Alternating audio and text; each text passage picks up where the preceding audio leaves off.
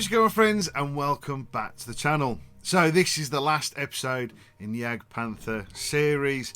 I am absolutely gutted. I've absolutely really enjoyed this build. It's been really good. It's been fun, even with the small headaches we've had with it, but you know, absolute fantastic and great build, and the detail in that Rifles kit is absolutely stunning.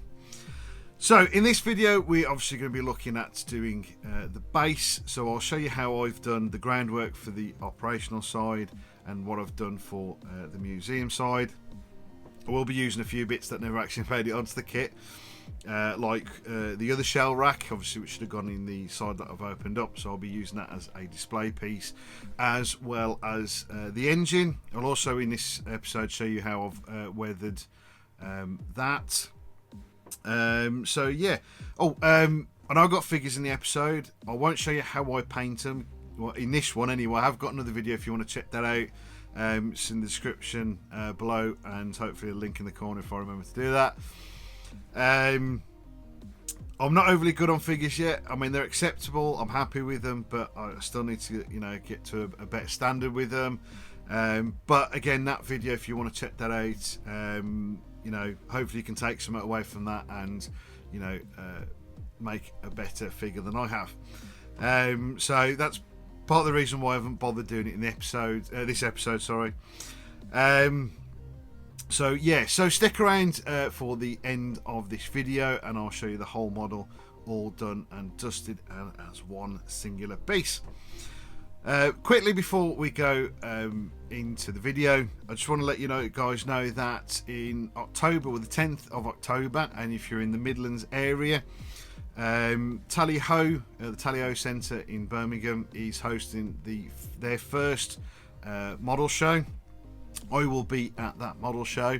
It'll also be my first model show as well. It's the Blue Lamp model show. Again, I'll put a link in the description for that down below. So if you guys are in the area and you come down, and you know, please come and say hello. It'd be great to meet you guys. So grab yourself a brew and a bicky, and let's get into this episode. Okay, so we can start with the base, which I've reclaimed from an old model which I wasn't very happy with. It's like a sort of picture frame type thing I managed to buy for it. And we're going to be using some sort of Foamex board type stuff for the museum side. And what I'm going to do is cut some channeling out for the wiring to go down, somewhere for the battery to go, and for the wiring to go to the switch at the back. Now, even though I had it all nicely, sort of what I thought was nicely planned out to have it, the battery pack easily accessible, was make a little manhole and stick it in there. Unfortunately, that wasn't going to work because the bit of plastic I had that was textured to look like a manhole was considerably smaller. So I decided to manoeuvre it somewhere else. So as you can see, there's a bit of a mess of channeling under there, just, you know, not figuring out what I wanted to do. You can see the top hole is where the battery is going to go. I've masked it all out. Reason being because I'm going to try and make a concrete floor. Now I'm going to use Tamier's putty and some Revell glue to make a more liquidy type paste, and then all we're going to do is mix this all in so it gets all in there, and just stipple it all over the base.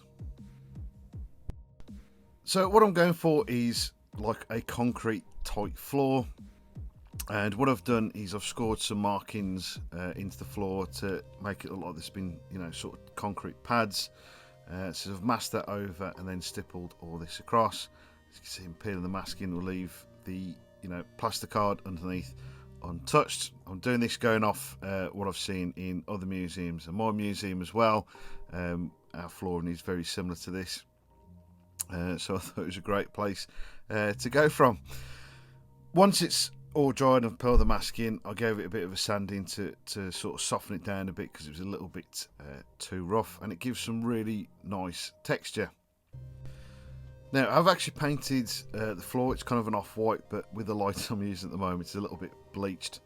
So then what I'm doing now is putting some wash over. I've used Vallejo's wash for dark vehicles, which which is black.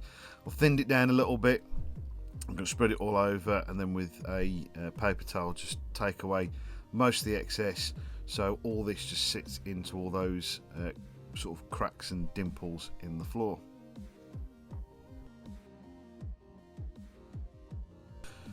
So once that's all dried, I've masked the edge off, placed it into the frame, and then I'm going to use some Das clay to fill out the other side, which is going to be the operational side. I'm putting some PVA glue down first because this sort of does help it bond a little bit better. It's also really good to use to sort of smooth the clay out as well. You can use water as well, you know, to smooth this stuff out, but I've been using PVA because just, you know, especially when you're doing layers, it just helps it, you know, stick together.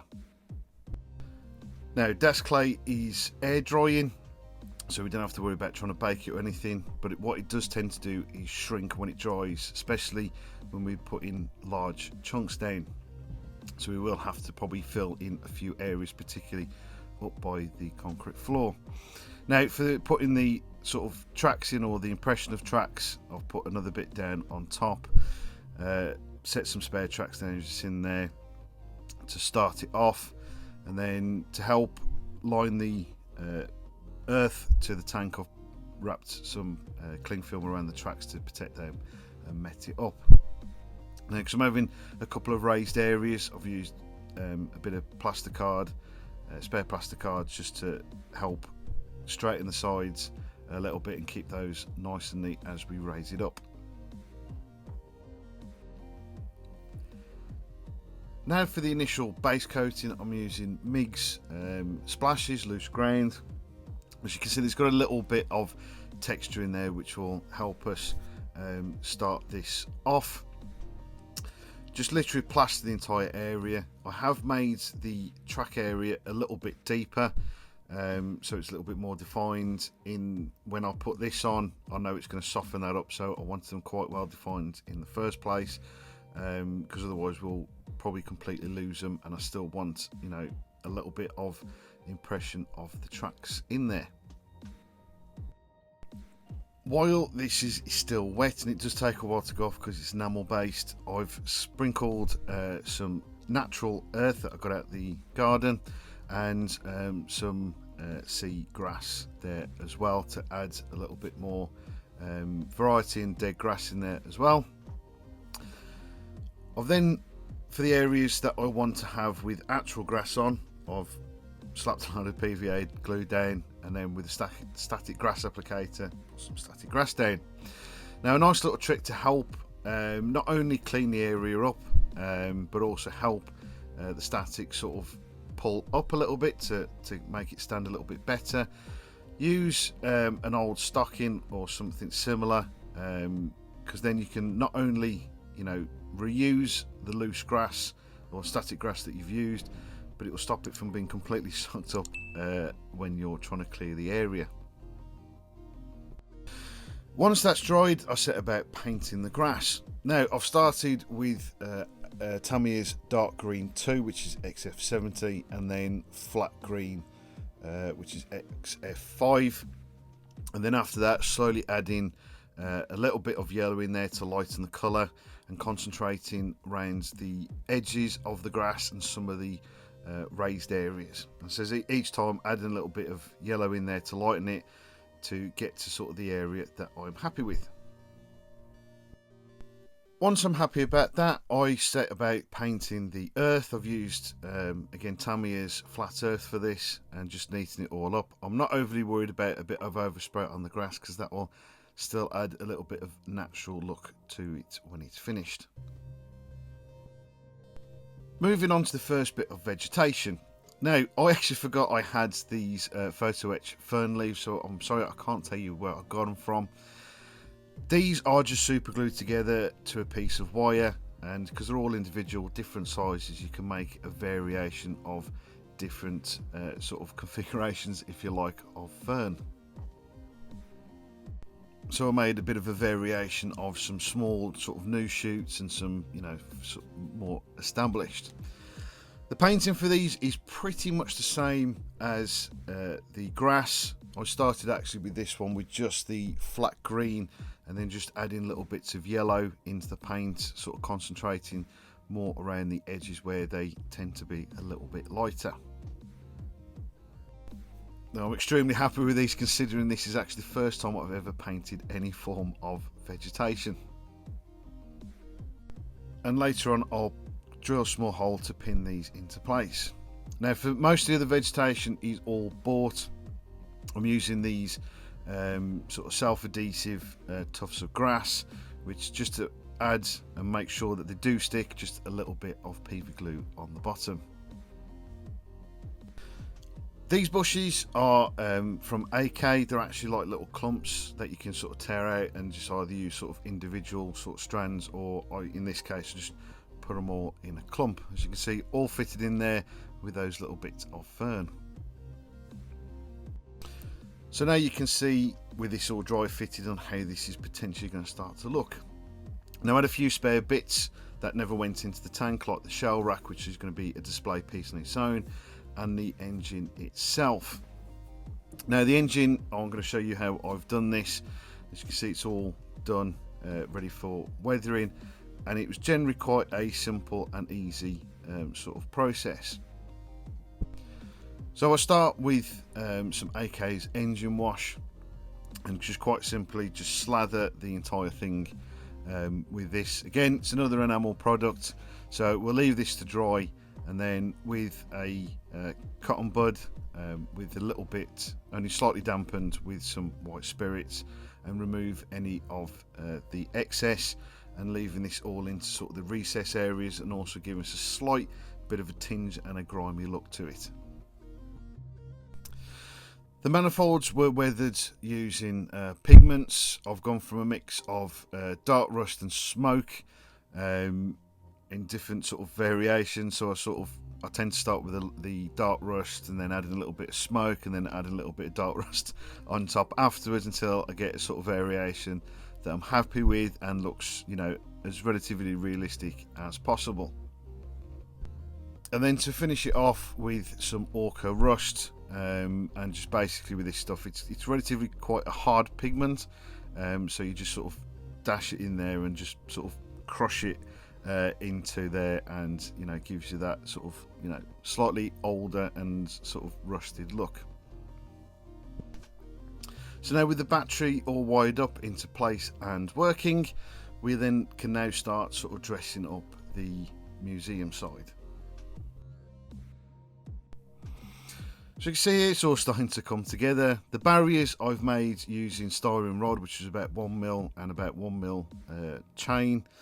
The information boards, again, same, using the same stuff, and some plasticard, and I've actually printed out the information. The information there is actually genuine information, but not that you can read it, but it gives you a good sort of, you know, realistic look of an information board. Now, before we start putting the figures on, what I like to do is stick them or post them into a bit of foam there, and place them just to, you know, have a look at the angles and see if that's, you know, where I want them to be positioned before I start drilling them into place. Now, a little trick I like to do is put a little bit of paint on the end of the pins to mark out, you know, where they are going to be positioned and I need to drill, and just using a little pin vise, drill the holes out, put a little bit of glue on the bottom of the feet, and they're in place. I also did the same with the figures on the other side. I also added a little few extra details in there. The map and the newspaper I have bought. I got those from ETA Diorama Accessories. They are great. They are fantastically sort of like photo printed maps and newspapers, and excellent quality. And also added a little bit top for the fella sitting down. So stick around for a little bit longer and I'll show you the finished model. So there we go, guys. It's nearly time to reveal the whole model is one single piece. But I hope you guys have enjoyed this short episode.